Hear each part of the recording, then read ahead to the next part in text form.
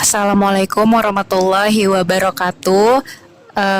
Kami di sini ingin mempresentasikan hasil kerja kelompok kami yang membahas tentang behavioral.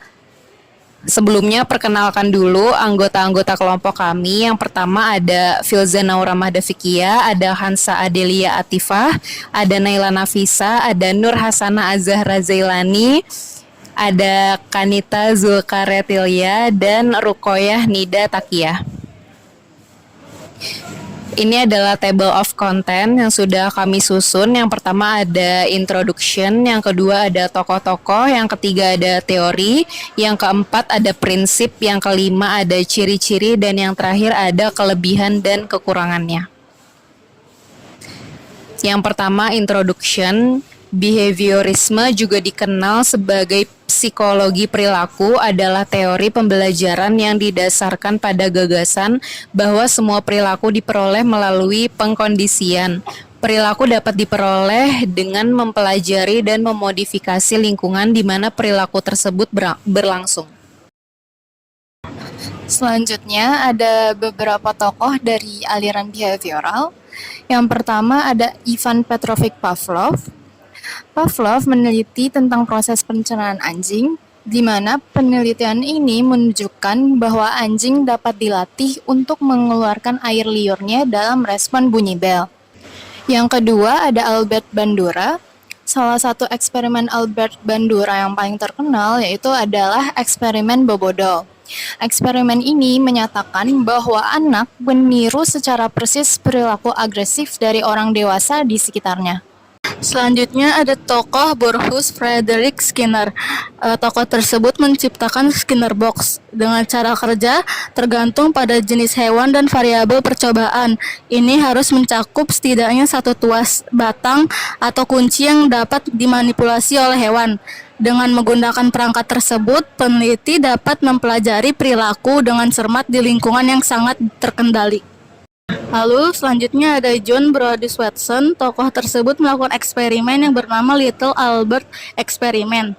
Eksperimen ini bertujuan untuk memahami bagaimana reaksi emosi dan respon terhadap stimulus tertentu dapat dipelajari dan dikondisikan. Dalam eksperimen ini, seorang anak bernama Albert B.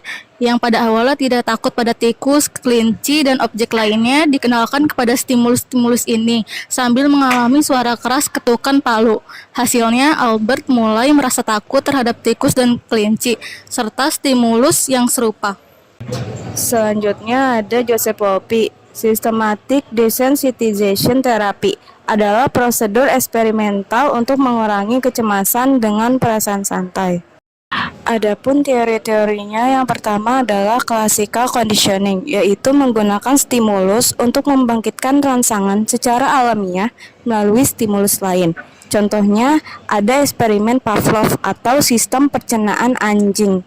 Yang kedua ada operant learning, yaitu perilaku dimodifikasi melalui pengasosiasian rangsangan dengan hadiah atau hukuman. Contohnya ada eksperimen Skinner. Adapun prinsip-prinsip, yang pertama perubahan perilaku. Behaviorisme menekankan perubahan perilaku sebagai hasil utama dari proses pembelajaran. Yang kedua, stimulus dan respon. Behaviorisme berfokus pada interaksi antara stimulus dan respon. Yang ketiga, ada penguatan mengacu pada konsekuensi yang memperkuat suatu perilaku dan meningkatkan kemungkinan perulangan perilaku tersebut di masa depan. Yang keempat, ada hukuman. Hukuman mengacu pada konsekuensi apapun yang melemahkan suatu perilaku dan mengurangi kemungkinan terulangnya perilaku tersebut di masa depan. Dan yang terakhir, observasi. Mengamati perilaku orang lain, individu dapat mempelajari perilaku baru dan memodifikasi perilaku sendiri. Selanjutnya ada ciri-ciri behavior. Pertama, mementingkan faktor lingkungan, menekankan pada tingkah laku yang tampak dengan mempergunakan metode objektif. Ketiga, bersifat mekanis. Keempat, mengutamakan unsur-unsur dan bagian kecil. Kelima, mementingkan pembentukan reaksi atau respon. Keenam, menekankan pentingnya latihan. Ketujuh, mementingkan mekanisme belajar. Selanjutnya ada kelebihan behavioral. Pertama, berfokus pada perilaku yang dapat diamati dan diukur. Kedua, ilmiah dan dapat ditiru. Ketiga, berguna untuk mengubah perilaku di dunia nyata. Selanjutnya ada kekurangan behavioral. Pertama, tidak memperhitungkan pengaruh biologis. Kedua, tidak mempertimbangkan suasana hati, pikiran, atau perasaan. Ketiga, tidak menjelaskan semua pembelajaran.